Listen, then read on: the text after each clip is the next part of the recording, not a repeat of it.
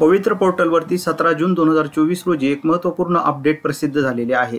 या अपडेटमध्ये शिक्षक पद भरतीबाबत प्रसिद्ध पत्रक 17 जून 2024। पहिली सूचना, शासनाने दिनांक 7 जून 2024 च्या पत्राने माजी सैनिक या समांतर आरक्षणातील माजी सैनिक यांच्यासाठी जाहिरातीतील जागा त्या सामाजिक प्रवर्गातील सर्वसाधारणमध्ये रूपांतरित करून भरण्यासाठी मान्यता दिली। त्या पत्रामध्ये दिलेल्या सूचनेनुसार संबंधित सक्षम अधिकारी यांचे कार्यालयास दिनांक 10 जून 2024 रोजी प्रस्ताव देण्यात आला।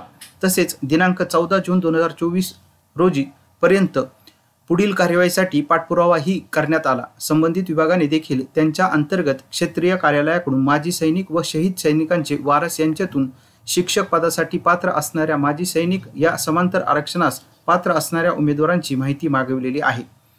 शासनाने दिनांक 14 जून 2024 च्या पत्राने त्या सामाजिक प्रवर्गाअंतर्गत भूकंपग्रस्त या समांतर आरक्षणातील उर्वरित रिक्त पदांसाठी प्रक्रिया सुरू करण्यास परवानगी दिली आहे।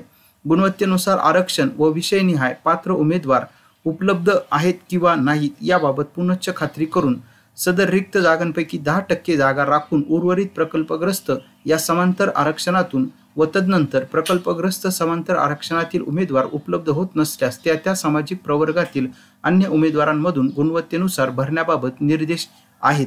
त्यानुसार आयुक्त स्तरावरील अंतर्गत कारवाई सुरू आहे। वर नमूद केल्याप्रमाणे दोन्ही प्रवर्गाच्या समांतर आरक्षणाच्या संदर्भात काही अटींची पूर्तता केल्यानंतर पुढील कारवाई करण्याचे निर्देश असल्याने ती कारवाई जलद गतीने पूर्ण करून स्थानिक स्वराज्य संस्थांच्या उर्वरित रिक्त पदांसाठी व्यवस्थापन निहाय सर्वसाधारण गुणवत्ता यादी प्रसिद्ध करण्यात येणार आहे।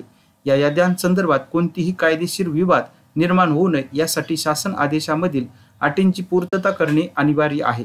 ही बाब लक्षात घेणे आवश्यक आहे। दिनांक 7 जून व 14 जून रोजी आदेश प्राप्त झाल्यानंतर दररोज या संदर्भात पाठपुरावा करण्यात येत आहे। तसेच याद्या प्रसिद्ध करण्याच्या दृष्टीने पोर्टलवरील आवश्यक तांत्रिक चाचणी देखील सोबत करण्यात येत आहे। वरील अटींची पूर्तता तसेच या संदर्भातील विविध परस्पर विरोधी मागण्या या सर्वांसंदर्भात सुयोग्य कारवाई प्रशासकीय स्तरावरून केली जात असतानाही या गुणवत्ता यादी संदर्भात काही घटकांकडून अभियोग्यता धारकांमध्ये नैराश्याचे वातावरण तयार करण्याचा प्रयत्न केला जात आहे। ही बाब योग्य नाही। बुलेटिनद्वारे वेळोवेळी अद्ययावत माहिती प्रसारित करण्यात येईल याची अभियोग्यता धारकांनी नोंद घ्यावी। सदर माहिती ही पवित्र पोर्टलची जी अधिकृत वेबसाईट आहे या अधिकृत वेबसाईटवरून सदर माहिती आपण बघितलेली आहे।